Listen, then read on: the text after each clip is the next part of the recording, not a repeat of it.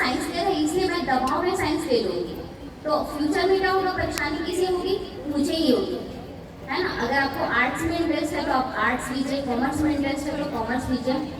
अब मान लीजिए आपने 10वीं 12वीं पढ़ लिया, कॉलेज कर लिया, उसके बाद कॉम्पिटिटिव एग्जाम में आपको जाना है, तो क्या क्या पढ़ना चाहिए, कैसे तैयारी करनी चाहिए।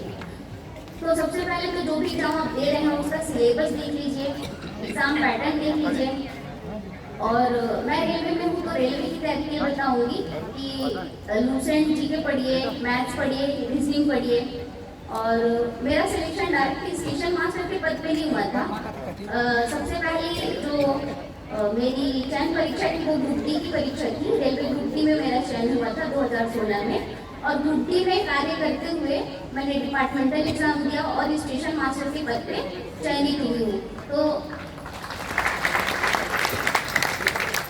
जो बच्चे सोचते हैं कि अरे 10वीं बेस पे जो एग्जाम लगा है, चतुर्थ श्रेणी का कर्मचारी है, तो इज्जत नहीं रहेगी समाज में, या आसपास के लोग क्या बोलेंगे, अरे ये तो 84 लेवल का है, अरे ये तो ग्रुप डी का है। तो ये बात बिल्कुल भी दिमाग में नहीं लाना है। कोई भी काम छोटा या बड़ा नहीं होता है। भले ही आपके पास चतुर्थ श्रेणी की नौकरी है, लेकिन नौकरी तो है।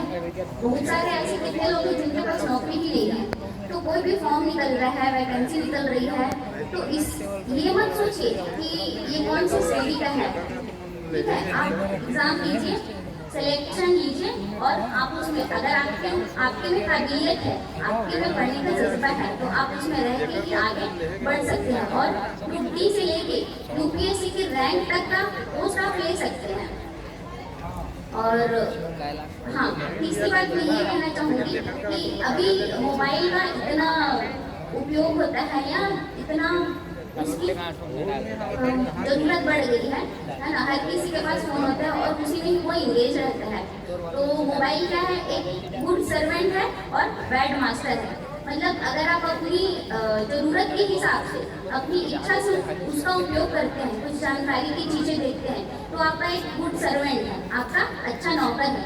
लेकिन अगर आप उसको एज ए मास्टर, मतलब उसके हिसाब से आप तय करते हैं, जैसे हम लोग रील्स देखते हैं, शॉर्ट्स देखते हैं, बस मोबाइल खोला और देखते गए घंटों निकल जाते हैं। तो यहाँ पे मास्टर कौन हो गया, आप नहीं, यहाँ पे मास्टर है फोन, मोबाइल। तो मोबाइल गुड सर्वेंट हो सकता है अगर आप अपनी इच्छा के अनुसार उसका उपयोग करें, और मोबाइल की इच्छा के हिसाब से आपने उसका उपयोग किया तो वो बैड मास्टर है, आपका पूरा समय गंवा देगा। और आपको एहसास होगा जब, तब तक समय निकल चुका रहेगा, है ना। तो ज़्यादा समय मैं नहीं लूँगी।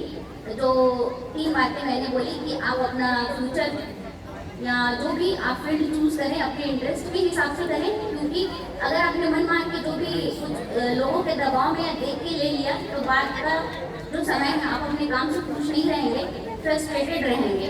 तो अपनी इच्छा के अनुसार ही विषय का चयन करिए और स्किल डेवलप कीजिए। ठीक है, सिर्फ डिग्री से कुछ नहीं होता है। अगर आपके पास स्किल है तो बिना डिग्री के भी आप अपने हुनर के दम पे बहुत आगे जा सकते हैं। और दूसरी बात मैंने बोली कि कॉम्पिटिटिव एग्जाम की अगर आप तैयारी कर रहे हैं तो अपना मैथ्स, रीजनिंग, इंग्लिश और जीके स्ट्रॉन्ग कर लीजिए।